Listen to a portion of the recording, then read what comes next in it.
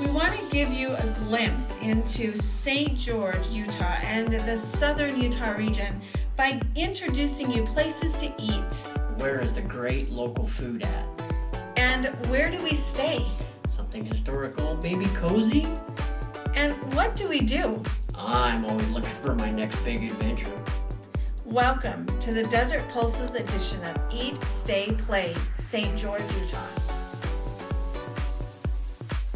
Welcome to Desert Pulses edition of Eat, Stay, Play, St. George, Utah. I'm Melinda, and Corey and George are gone. So it's just Alex and I, and we're going to learn today how to paddleboard and kayak with Dig Paddle Sports here at Quirk Creek State Park. I always get that wrong.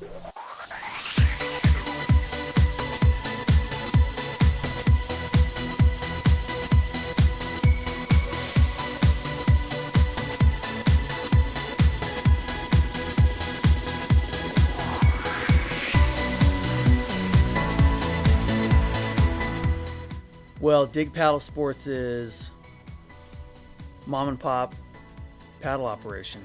We love paddling and we wanted to share that with others. And after a while, having one kayak just wasn't enough. So eventually we decided to grab a few kayaks and grab a few stand-up paddle boards and start introducing the sport to our friends and family out here in southern Utah. That rolled into getting into a rental operation and selling boards. And now we operate inside Quirk Creek State Park, which is great because we're 30 yards from the water. From St. George, you'll take I-15 north to exit 16, which is typically marked by, a lot of people see that there are signs that say Zion National Park, Quirk Creek State Park, Sand Hollow State Park. So exit 16, you drive east 2 miles to 5300 west, make a left turn, drive another 2 miles to the state park entrance, come in, pay your day use fee, make a little left turn, and we're just down the parking lot. Quirk Creek is really kind of a paddler's mecca because we have 2.5 miles of shoreline that are wakeless zone. So nothing's off limits to motorboats, nothing's off limits to paddlecraft, but we have a fairly long distance where you can go and paddle and be uninterrupted by jet skis or people doing wakeboarding or whatever. Another reason is because this actually was a creek at one point. The dams were built obviously to make the reservoir, but you're in an environment that doesn't feel like it's a man-made reservoir. You have cliffs, you've got limestone, we've got gypsum over on the far shoreline. You can actually, right now today, you can paddle back up into the creek because the water's high enough. You go back into the channel there, it looks like you're in a bayou. There are cottonwood trees that line both sides.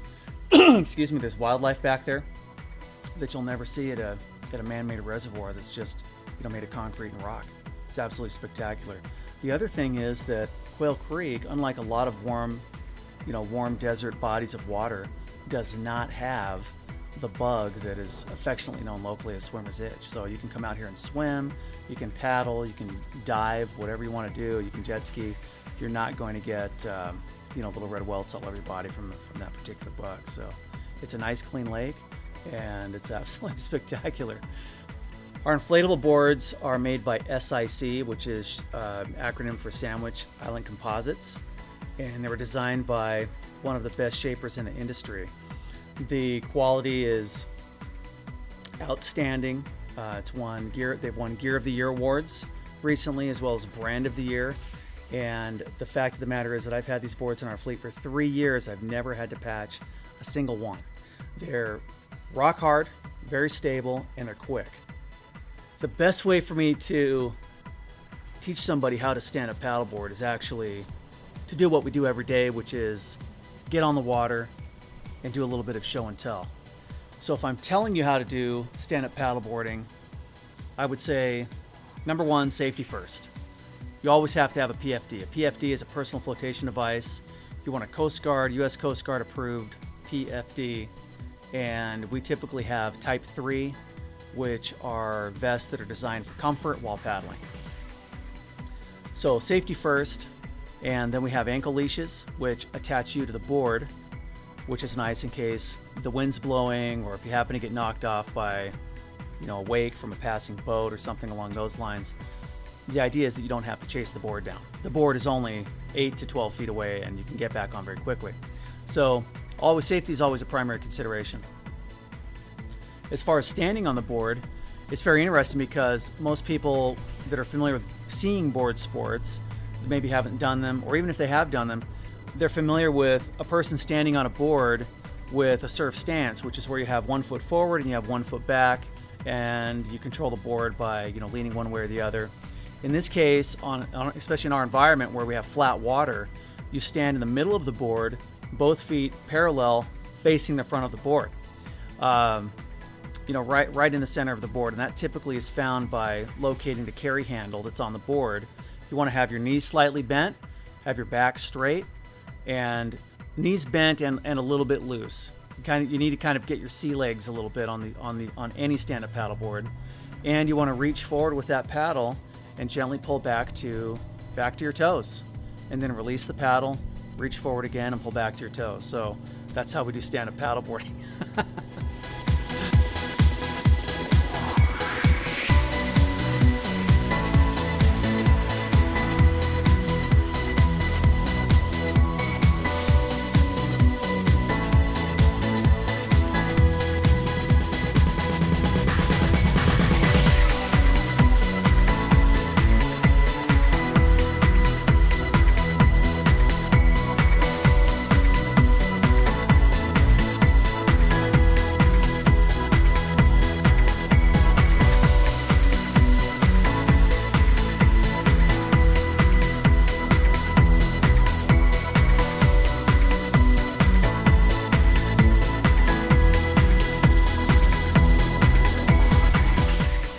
Okay, Bill, I fell in. That's perfect. That means you're pushing your boundaries and you did a great job. You got right back on the board and kept paddling, and that's what you want to do. Yeah, but I'm concerned. What about my makeup? Does it look good? Well, you're smiling and that's all we care about. And you look great. Lesson to self, don't wear makeup paddleboarding. That's a good lesson. That's I think so. I don't do it. Life decision. Yeah. This concludes Desert Pulse's edition of Eat, Stay, Play, St. George, Utah. We want to thank our sponsors, ChiselOutdoors.com, Streamline Construction and Consulting, as well as England Volker Real Estate, St. George, Utah. And let's not forget our friends here at Quirk